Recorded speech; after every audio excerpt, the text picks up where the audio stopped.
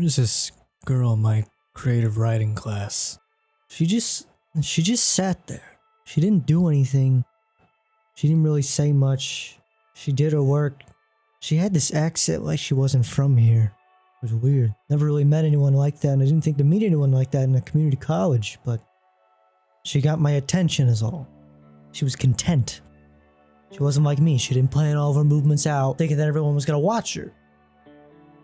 You know, it was like she was content being. Didn't give a fuck what anyone else thought. She kept her head down. That was nice.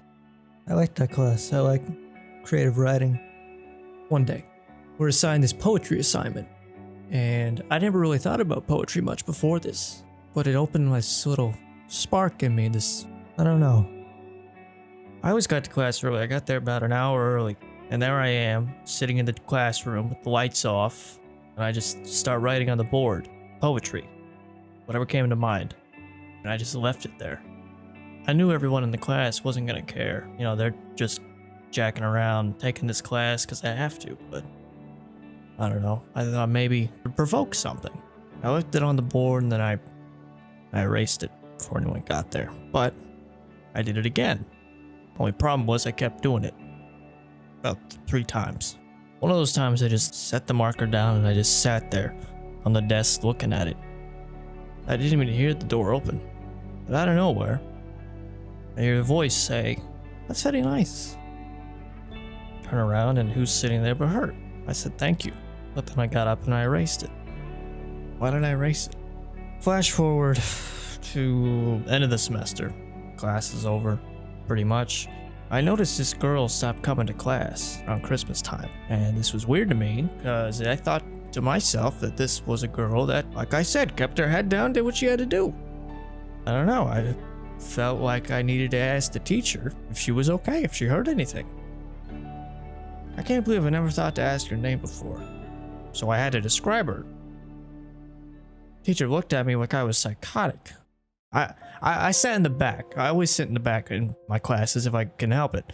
She sat in the back too on the other side. It was just us on the back on each side, like a mirror. After I described her in detail, I even knew what she brought to drink every day.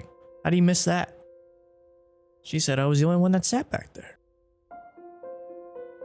There was no girl like that. And I said, no.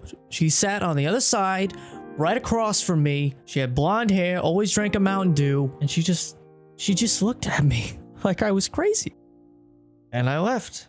I just left. It was the last class. I just left. And I walked around campus. I go around, there's this pond that we have. We were able to walk around it, see some stuff. I don't know, it was right by a highway. No one really used it, but I walked around it sometimes. I like walking around. As I'm walking around, get closer to the highway, and I see a bottle floating in the pond.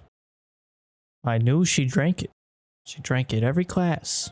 And there it is, a bottle of Mountain Dew floating in the pond. Who would litter in a pond like that? In disbelief, I'm watching this, looking around to see if anyone's pranking me or something. I don't know. And as I watch it, it just sinks. Why would it sink like that? Why would it sink right when I'm looking at it, right as I notice it? Why would it do that? Why? Took me a couple of years to figure out why. I used to be that person. I used to not care. I used to be content in the world, just be. But that part of me drifted away, and it took me looking in the mirror to not recognize my own reflection. And when I found out, subconsciously, that part drowned. Gone. I don't sit in the back anymore.